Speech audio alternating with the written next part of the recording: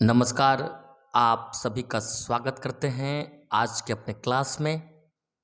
साथियों, आप सभी इस बात से अवगत हैं कि एनसीईआरटी की जो पुस्तकें विगत सेशन तक पढ़ाई जा रही थी वो सभी पुस्तकें बदल गई है। एनसीईआरटी ने नई पुस्तकें जारी की है। तो अब नए पुस्तक में क्या है उसको हम आज से एक नई सीरीज, नई श्रृंखला के तहत हम एनसीईआरटी के जो न्यू बुक है अर्थात नई पुस्तक है, नए जो कंटेंट है उसको कवर करेंगे। तो इसी सिलसिले में हम आज वर्ग 6 के सोशल साइंस अर्थात सामाजिक विज्ञान को आपके बीच रख रहे हैं। आज का हमारा क्लास इंट्रोडक्शन है, परिचय है। आखिर सामाजिक विज्ञान क्या है, हम क्यों पढ़ते हैं। तो आइए आज से हम एक नई श्रृंखला की शुरुआत करने जा रहे हैं। अगर आप हमें फेसबुक पर देख रहे हैं तो पेज को फॉलो कीजिए। अगर ये कंटेंट यूट्यूब पर देख रहे हैं तो चैनल को सब्सक्राइब कर हमारा उत्साहवर्धन करें और एनसीईआरटी की जो नई पुस्तक है उसके विषय वस्तु को समझें, अपनी तैयारी को मजबूती प्रदान करें। आप सभी इस बात से भी अवगत है कि एनसीईआरटी जो पुस्तक है वो सभी प्रतियोगी परीक्षाओं के लिए बेस का काम करता है, आधार का काम करता है। इसके बिना किसी भी प्रतियोगी परीक्षा की तैयारी नहीं हो सकती है। बिना एनसीईआरटी के तैयारी से किसी भी परीक्षा की तैयारी अच्छी से नहीं हो सकती है। तो आइए आज से हम अपने इस श्रृंखला को आगे बढ़ाते हैं और शुरू करते हैं। तो पहला है परिचय, सामाजिक विज्ञान क्यों। तो इन प्रश्नों का उत्तर हम ढूंढेंगे आगे। पहले आप इस ग्राफ को देखिए जहाँ पर सामाजिक विज्ञान की विषय वस्तु को एक ग्राफ के माध्यम से, एक चार्ट के माध्यम से आपके बीच रखा गया है। विषय क है, सामाजिक विज्ञान के ऊपर से आप देखेंगे तो पहला है विषय क, भारत एवं विश्व, भूभाग एवं उनके निवासी। और विषय क के अंतर्गत जो टॉपिक्स हैं, जो चैप्टर्स हैं उसके बारे में दिया है। पहला अगर नीचे से आप देखते हैं, पृथ्वी पर स्थानों की स्थिति। उसके बाद है महासागर एवं महाद्वीप। फिर तीसरा जो इसके अंतर्गत टॉपिक है, स्थल रूप एवं जीवन। तो विषय क के अंतर्गत इन 3 चैप्टर को आप पढ़ेंगे। विषय ख को देखिए, विषय ख है अतीत के चित्रपट। और अतीत के चित्रपट में जो पहला विषय वस्तु ऊपर से देखेंगे तो इतिहास की समय रेखा एवं उसके स्रोत। फिर दूसरा जो चैप्टर है इंडिया अर्थात भारत। तीसरा चैप्टर है भारतीय सभ्यता का प्रारंभ। तो हमने विषय क और ख को देखा। अब विषय ग को आप देखिए। विषय ग के अंतर्गत हमारी सांस्कृतिक विरासत एवं ज्ञान परंपराएं। इसके अंतर्गत भारत की सांस्कृतिक जड़ें और विविधता में एकता या एक में अनेक, इन टॉपिक को, इन चैप्टर को हम पढ़ेंगे। विषय घ को अगर हम देखते हैं तो यहाँ शासन और लोकतंत्र, विषय घ में शासन और लोकतंत्र पर चर्चा होगी। पहला चैप्टर परिवार और समुदाय, दूसरा आधारभूत लोकतंत्र भाग 1 शासन, फिर अगला चैप्टर, तीसरा चैप्टर आधारभूत लोकतंत्र भाग 2 ग्रामीण क्षेत्रों में स्थानीय सरकार, और अंतिम चैप्टर जो है आधारभूत लोकतंत्र भाग 3 नगरीय क्षेत्रों में स्थानीय सरकार। ये घ को हमने देखा।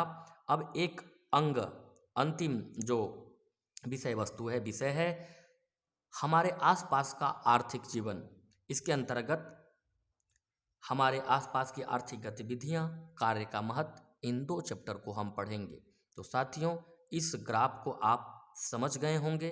अब हम विस्तृत रूप से इन चीज़ों के बारे में जानेंगे। आज का जो हमारा क्लास है वो मुख्य रूप से परिचय क्लास है, इंट्रोडक्शन क्लास है कि सामाजिक विज्ञान क्या है, हम क्यों पढ़ेंगे, इन्हीं चीज़ों को हम देखेंगे। यहाँ पर आप एक तस्वीर देख रहे हैं जहाँ पर प्राकृतिक वातावरण को, प्राकृतिक पर्यावरण को दिखाया गया है।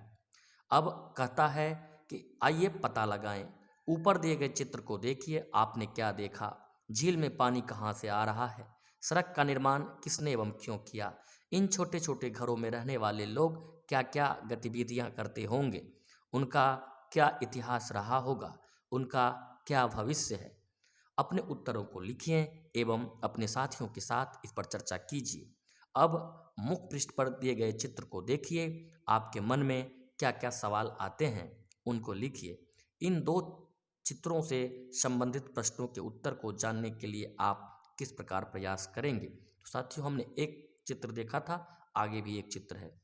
कहने का मतलब ये है कि आगे इस नई पुस्तक की विशेषता ये होगी कि प्रत्येक चैप्टर में आपसे पहले कुछ प्रश्न पूछे जाएंगे और इन प्रश्नों के माध्यम से जिज्ञासा व्यक्त किया जाएगा, और जो हम पढ़ेंगे चैप्टर, उसमें उस अध्याय में हमें इन प्रश्नों के उत्तर को ढूंढना होगा। अब दूसरे चित्र की बात कर लेते हैं साथियों, पहले इसे देख लें। पहला चित्र तो प्राकृतिक पर्यावरण था, और ये देखिए आपका एक बिल्कुल महानगर के दृश्य को दिखाया गया है। इन दो चित्रों की बात की जा रही थी। अब हम पढ़ते हैं, देखते हैं क्या है विषय वस्तु। ऊपर दिए गए हमारे प्रश्न सामाजिक विज्ञान से किस प्रकार संबंधित है? चूंकि हम चर्चा सामाजिक विज्ञान की कर रहे हैं और परिचय का ये क्लास है, तो अब पूछा जा रहा है कि ये जो प्रश्न है वो सामाजिक विज्ञान से किस प्रकार संबंधित है। हम 21वीं शताब्दी में हैं, यदि आप इसे नहीं समझ सके हैं तो जल्दी ही इसके बारे में पढ़ेंगे। साथियों, आप सभी 21वीं शताब्दी के बारे में नहीं समझ सके हैं तो समझ लीजिए, 2000 ईस्वी के बाद का जो समय होगा, 2001, 2002, इस तरह से 2099 तक वो 21वीं शताब्दी होगा। 1901 के से लेकर जो आगे का समय होगा, 1901, 1902, 1903, 1999 तक, ये आपका 20वीं शताब्दी का समय होगा। अर्थात 2000 के बाद आगे बढ़ रहे हैं तो 21वीं शताब्दी हो रहा है। आगे हम चर्चा करेंगे। इस बात से सभी सहमत है कि यह समय मानव सभ्यता के लिए अत्यंत चुनौतीपूर्ण है। एक तरफ तकनीक में तीव्र विकास हुआ है जिसने हमारी जीवन शैली में विभिन्न बदलाव किए हैं। दूसरी ओर इस समय संसार विभिन्न युद्धों, सशस्त्र संघर्षों और बढ़ते सामाजिक तनावों का सामना कर रहा है एवं हमारे ग्रह के प्राकृतिक पर्यावरण पर भारी दबाव पड़ रहा है। हम असाधारण संभावनाओं के युग में और सामान्य चुनौतियों के साथ जीवन यापन कर रहे हैं। विश्व भर में अधिकाधिक लोग यह सोच रहे हैं कि मानवता के समक्ष आने वाली समस्याओं को किस प्रकार हल करें। हमारा समाज किस प्रकार शांति एवं समरसता के साथ जीवन जीना सीखें। हम किस प्रकार इस सुंदर ग्रह पृथ्वी, जिसे हम सभी साझा करते हैं, की रक्षा न केवल अपने लिए अपितु इस पर रहने वाले सभी प्रजातियों के लिए करें। यह मौलिक प्रश्न बहुत सरल है, परंतु इसके उत्तर इतने सरल नहीं है। यह सरल हो भी नहीं सकते क्योंकि मानव समाज अधिक विविध एवं जटिल है। यदि हम इन प्रश्नों के उत्तर खोजना एवं उज्जवल भविष्य का निर्माण करना चाहते हैं तो हमें विश्व को और विशेष रूप से मानव समाज को समझना होगा। यही सामाजिक विज्ञान का सार है। तो साथियों, आपने समझा, इन पैराग्राफ के माध्यम से आपने समझा कि सामाजिक विज्ञान का सार क्या है। ये विश्व अभी विभिन्न समस्याओं से जूझ रहा है, अशांति व्याप्त है। इन अशांति को कैसे दूर किया जाएगा? इनको दूर करने के लिए हमें क्या करना होगा? इसके लिए कौन से उपाय ढूंढने होंगे? प्रश्न सरल है लेकिन उत्तर सरल नहीं है। इसके लिए हमें मानव समाज को समझना होगा, विश्व को समझना होगा, तभी जाकर हम इन प्रश्नों का उत्तर ढूंढ पाएंगे। और इन चीज़ों को हम जो समझेंगे वो सामाजिक विज्ञान के अंतर्गत समझेंगे। अर्थात सामाजिक विज्ञान विषय का विषय वस्तु यही है, सार यही है कि हमें विश्व में जो हम जिस पृथ्वी पर रहते हैं उसकी रक्षा, उस पर रहने वाले समस्त जीवों की रक्षा, मानव की रक्षा ही सामाजिक विज्ञान का विषय वस्तु है, इसका सार है। आइए अगले पैराग्राफ की तरफ बढ़ते हैं। आप सोच रहे होंगे कि सामाजिक विज्ञान भौतिकी या रसायन विज्ञान की तरह कोई विज्ञान है, किंतु ऐसा नहीं है। यह विषय जहाँ तक संभव है वैज्ञानिक तरीकों का उपयोग करता है। आप इस पाठ्यपुस्तक में कुछ उदाहरण देखेंगे, लेकिन इसका केंद्र मानव समाज है, जो स्वयं में इतना विविधतापूर्ण है कि विज्ञान की तरह निर्धारित प्रक्रियाओं को अपनाने और निश्चित परिणामों को प्राप्त करने की संभावना को छीन कर देता है।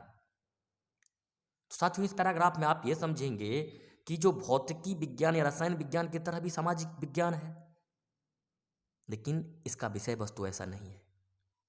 इसको समझने के लिए वैज्ञानिक तरीकों का प्रयोग तो किया जाता है, जिसे आप देखेंगे, लेकिन इसके केंद्र में मानव समाज है, जो काफी विविधतापूर्ण है, जटिल है और विज्ञान की तरह निर्धारित प्रक्रियाओं को अपनाने से इसमें आप संभावित परिणाम प्राप्त कर लेंगे, ये संभव नहीं है।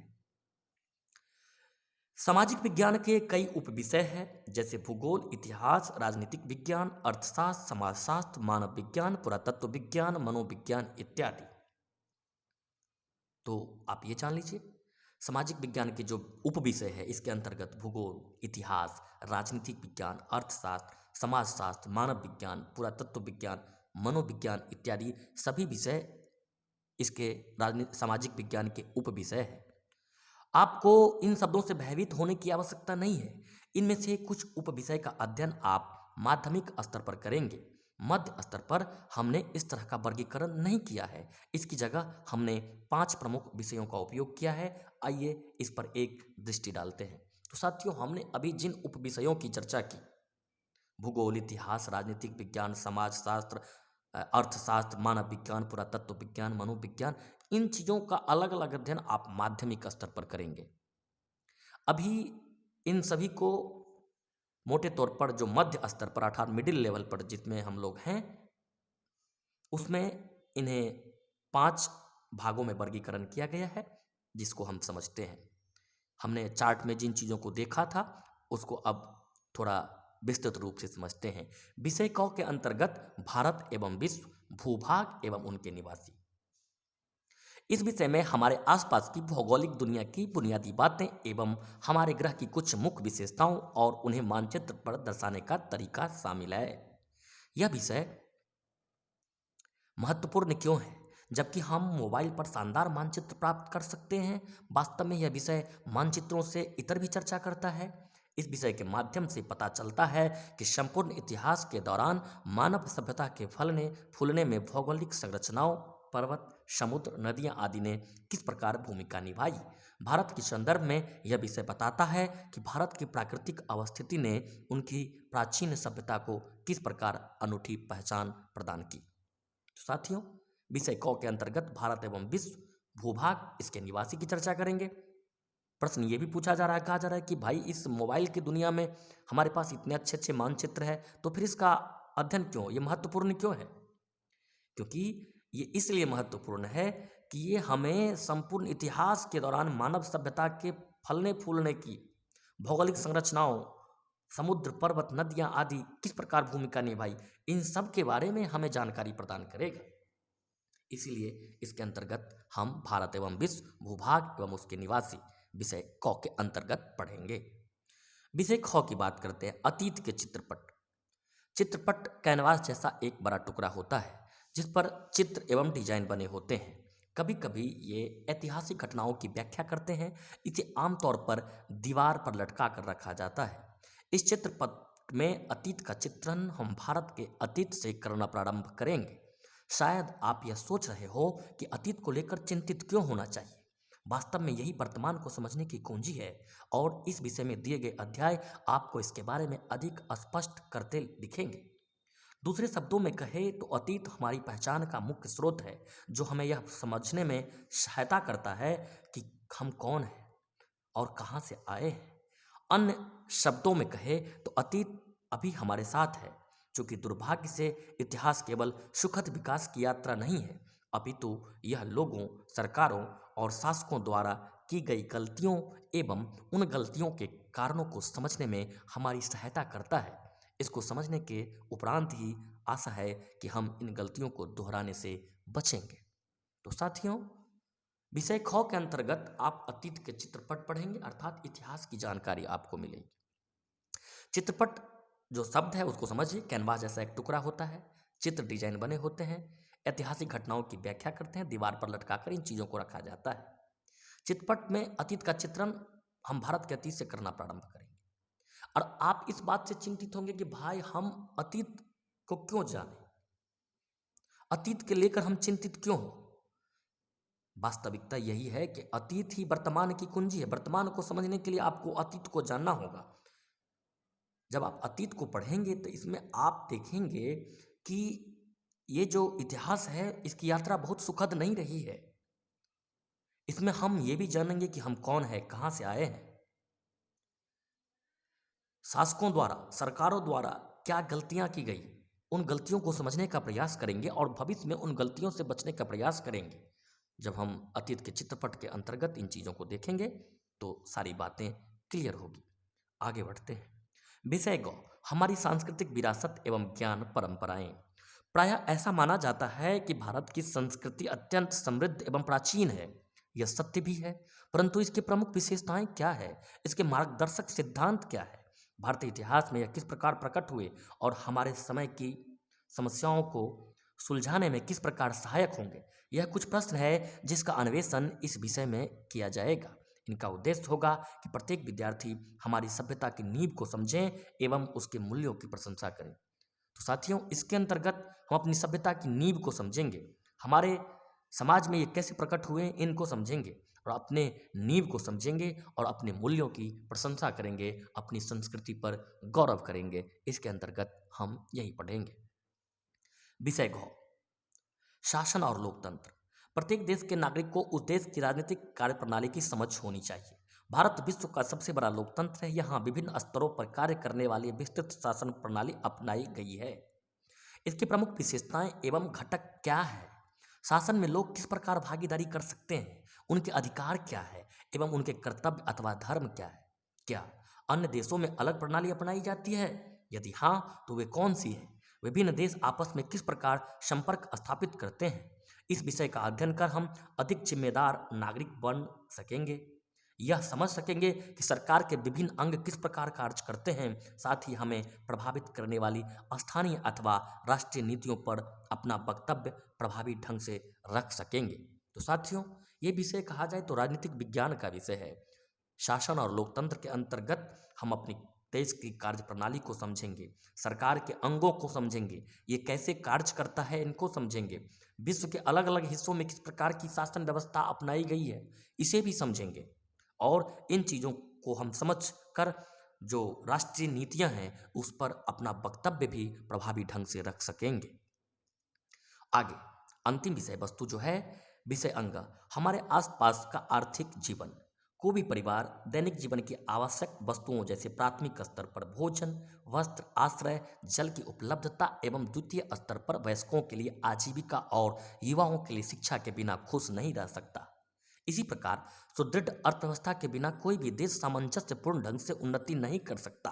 परंतु भारत जैसे विशाल देश में अर्थव्यवस्था कैसे कार्य करती है, मुद्रा वास्तव में क्या है, इसकी उत्पत्ति कहाँ होती है, इसे कैसे बढ़ाया जा सकता है, किन किन आर्थिक गतिविधियों में लोग शामिल होते हैं, प्राकृतिक एवं मानव संसाधनों का किस प्रकार सर्वाधिक उपयुक्त प्रबंधन किया जा सकता है, यह विषय कुछ प्रमुख अवधारणाओं और प्रक्रियाओं को निर्धारित करेगा जो हमें इन प्रश्नों के उत्तर खोजने में सहायक होगा। तो साथियों, अंगह जो विषय है कहा जाए तो यह अर्थशास्त्र का विषय है। आर्थिक जीवन से संबंधित जो समस्याएं हैं कि जो समाज की क्या आवश्यकता है, मूलभूत आवश्यकता जैसे भोजन, वस्त्र, आवास, जल की उपलब्धता, वयस्कों के लिए आजीविका, युवाओं के लिए शिक्षा, रोजगार, सुदृढ़ अर्थव्यवस्था के बिना कोई भी देश उन्नति नहीं कर सकता है, वहाँ पर सामंजस्यपूर्ण स्थिति नहीं हो सकती है। भारत जैसे विशाल देश में ये कैसे कार्य करती है, मुद्रा क्या है, इसकी उत्पत्ति कहाँ से होती है, कैसे होती है, इसे कैसे बढ़ाया जाए, किन किन आर्थिक गतिविधियों में लोग शामिल होते हैं, प्राकृतिक संसाधन, मानव संसाधन क्या है, सर्वाधिक उपयुक्त प्रबंधन कैसे किया जा सकता है इन संसाधनों का, इन सभी प्रमुख अवधारणाओं को, प्रक्रियाओं को हम इसके अंतर्गत जानेंगे, सीखेंगे, इसके उत्तर को खोजने का प्रयास करेंगे। आपने देखा कि पिछले अनुच्छेद में कई प्रश्न हैं। यह ठीक उसी प्रकार के हैं जैसा इन्हें सोचना होना चाहिए। सामाजिक विज्ञान भी यही प्रश्न पूछने की कला के विषय से संबंधित है। जब हम यही प्रश्न पूछते हैं तब हम सही उत्तरों की खोज कर सकते हैं। इस पुस्तक के प्रत्येक अध्याय की शुरुआत महत्वपूर्ण प्रश्न से की गई है जो उपरोक्त तथ्य की पुष्टि करता है। भूगोल से संबंधित अध्यायों में शतरंज के खेल और कुछ प्राचीन तमिल कविताएं आपको रुचिकर लगेगी। सांस्कृतिक विरासत वाले अध्याय में साड़ी के उपयोग पर चर्चा की गई है। अर्थव्यवस्था केंद्रित अध्याय में सेवा की अवधारणा और त्योहारों का वर्णन किया गया है। ऐसा जानबूझकर किया गया है। हम विभिन्न क्षेत्रों के समस्त पहलुओं को एक साथ लाने में विश्वास करते हैं। इसे बहुविषयकता कहा जाता है जिसे आप बाद में पढ़ेंगे। यह हमारे दृष्टिकोण को समृद्ध करता है। वास्तव में जब जीवन अनगिनत तत्वों का मिश्रण करता है तो हमें क्यों नहीं करना चाहिए। अब तक यह स्पष्ट हो गया होगा कि सामाजिक विज्ञान वर्तमान को समझने के लिए एवं बेहतर भविष्य के निर्माण के लिए अतीत का निरंतर उपयोग करता है। यह अन्वेषणपूर्ण एवं रोमांचक कार्य है। तो साथियों, आपने आज पहले लेक्चर के अंतर्गत सामाजिक विज्ञान के विषय वस्तु को समझा। सामाजिक विज्ञान क्यों पढ़ते हैं, क्यों ज़रूरत है इसकी, इसको हमने समझा। और ये हमारा पहला क्लास है। आज हमने इसका सिर्फ इंट्रोडक्शन क्लास लिया है, परिचय ही प्रस्तुत किया है। और लगातार हम जो पुस्तक में लिखी हुई चीज़ हैं वो आपके बीच रखेंगे और इन्हें पढ़ने के बाद जो उसका निष्कर्ष है वो भी प्रत्येक पैराग्राफ का निष्कर्ष आपके बीच आज भी रखे हैं। अगर आप ध्यान से एक बार हमारी क्लास को सुनेंगे तो निश्चित रूप से चीज़ों को समझेंगे। आपका जो कंसेप्ट है, संकल्पनाएं हैं, वो मजबूत होगी। आपकी भाषा समृद्ध होगी। आप किसी भी प्रतियोगी परीक्षा की तैयारी करते हैं, यदि आप वर्ग 6 से 12 तक के छात्र हो अथवा किसी भी प्रतियोगी परीक्षा की तैयारी कर रहे हो तो आप हमारे Facebook page DN Jha official को फॉलो करें। अगर यूट्यूब पर हमें सुन रहे हैं, देख रहे हैं तो आप हमारे चैनल को सब्सक्राइब करें। सबसे अच्छी बात यह है कि इसे आप बहुत कम समय में बहुत कम डाटा खर्च किए हुए, आपका जो मोबाइल का डेटा है बहुत ही कम मात्रा में खर्च होगा। इसमें सुनने पर आपको फोकस करना है। अगर आप ध्यान से चीज़ों को सुनते हैं तो मैं आशा करता हूँ कि अधिकांश चीज़ें सुनने से ही स्पष्ट हो जाएगी। आपकी संकल्पनाएं, आपका कंसेप्ट क्लियर हो जाएगा और मैं इसे निरंतर आगे बढ़ा सकूं, इसके लिए आप सबका सहयोग समर्थन जरूरी है। आप सब अपना सहयोग समर्थन दें। वीडियो को लाइक करें, शेयर करें, फॉलो करें। अगर यूट्यूब पर है तो चैनल को सब्सक्राइब करें। तो साथियों, फिर मिलते हैं अगली जानकारी के साथ। अगर आपको ये पसंद आया हो तो अपना सहयोग समर्थन अवश्य दें। मिलते हैं अगले क्लास में। तब तक के लिए आप सभी का बहुत बहुत धन्यवाद।